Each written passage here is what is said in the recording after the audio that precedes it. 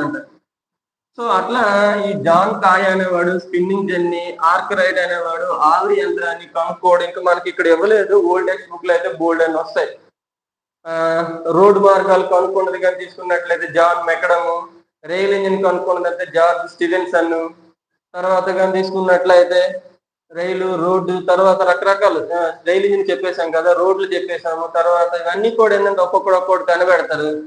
ఇక్కడ చెప్పుకోదగ్గ విషయం ఏంటంటే ఈ పరిశ్రమల్లో కొత్త వస్తువులు కనిపెట్టిన ప్రతి ఒక్కడు కూడా ఏంటంటే మనలాగా శారీరకంగా కానీ మానసికంగా కానీ ఏంటంటే ఆరోగ్యవంతులు కాదు. వాళ్ళు శారీరకంగా ఏదో ఒక అవయవ లోపం ఉన్న వాళ్ళు తాను అనుకున్న రంగంలో సాధించాలి అనేది అని చెప్పి దృఢ నిశ్చయంతో కొత్త కొత్త పరికరాలు కనుగొన్నారు.